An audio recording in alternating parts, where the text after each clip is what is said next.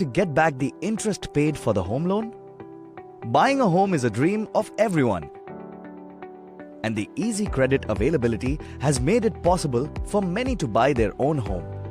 It's good to have your own home, but very painful to pay the interest, which could sometimes be more than the principal amount. What if there is a way to create wealth along with the repayment of home loan? Here's a brilliant idea. Start a small SIP at the time of starting an EMI.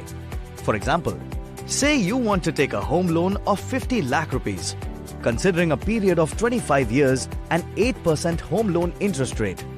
The monthly EMI will be rupees 38,591, and you shall pay a total of 1.16 crore back to repay a loan of 50 lakh rupees, means interest of 66 lakh rupees.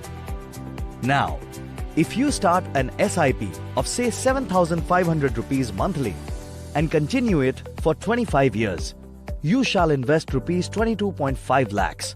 That means the total payment done including EMI and SIP is rupees 1.38 crores. Assuming 12% CAGR, your wealth creation from SIP will be rupees 1.27 crore.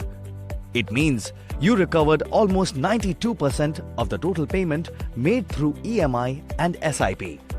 That's the result of the power of compounding.